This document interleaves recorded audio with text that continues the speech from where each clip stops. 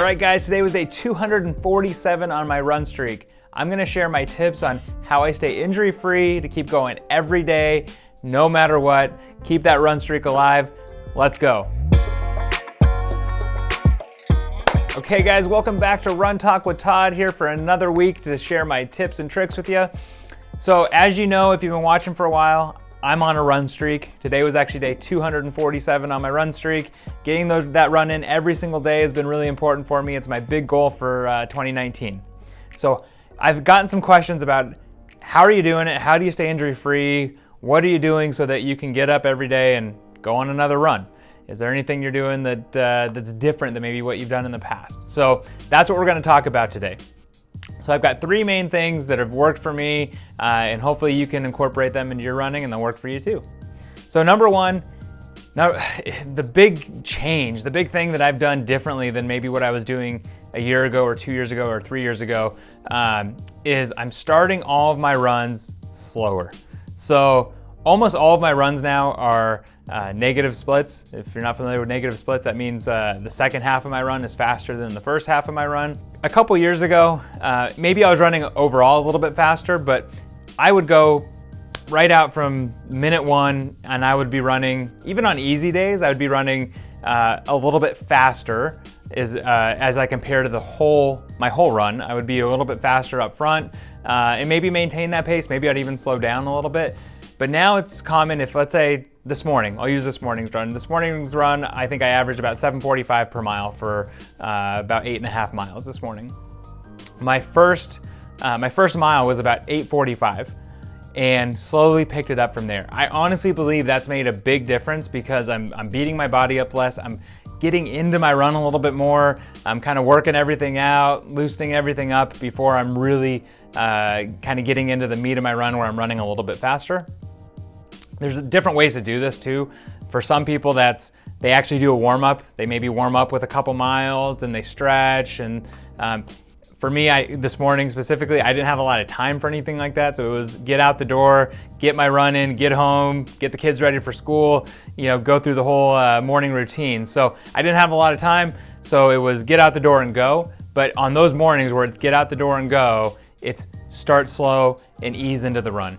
Along those same lines, and I talked a little bit about this, I think last week or maybe the week before, if you're looking to increase your mileage, and this is something that I've done this year. When I started this year, my mileage was right around 45 to 48 miles a week. Now my mileage is around 60 to 65 miles a week.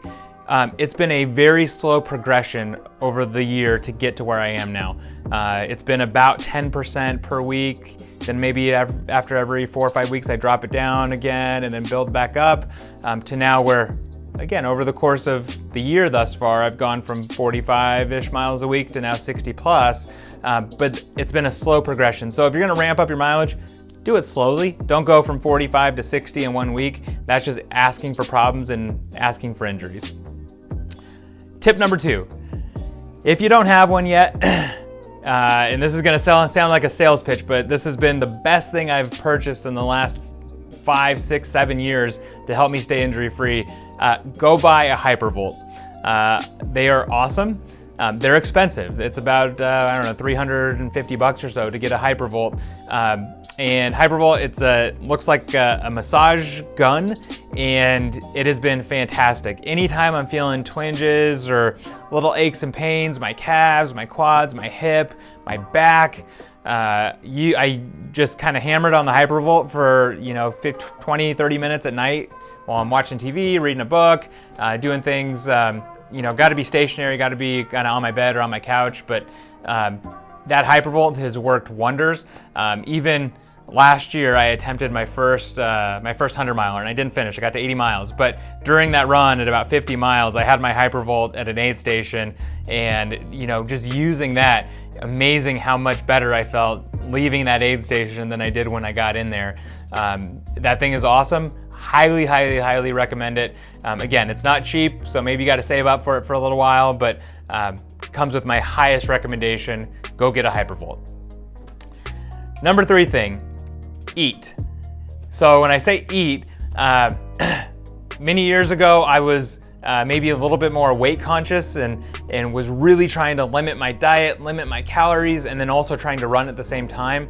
And honestly, I felt like that was a recipe for a disaster as it comes to injury. And I got injured a lot more. I was getting injured with different types of injuries. I feel like when I eat more calories, good food, but more calories, and keep my nutrition front of mind. So getting enough calories in, especially as that mileage has gone up again, it has been crucial to staying injury free. So if you're someone, and I know there's a lot of people out there that are worried about weight or worried about, am I especially as you're trying to go faster, I want to be lighter so I can go faster. That's not always the right combination. There's a proper weight, and for some people that's a little bit more for staying injury free so that you can go faster. If you're injured, you're not going to be running in races, you're not going to be able to hit those goals. So eat a little bit more, keep those calories in, and I truly believe that's helped me stay injury free. And one last one, which I would be I have to talk about in this video. This is not my first attempt at a run streak. So I've attempted run streaks on 2 other occasions and I've gotten injured. So part of it is luck as well. There's got to be at least a little bit of luck in there to stay injury free. I had 2 different run streaks going where I broke my feet. Both feet, 2 different times, exact same break, just 2 different years where this happened.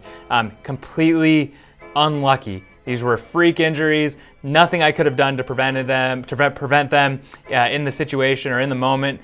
So there is some luck involved.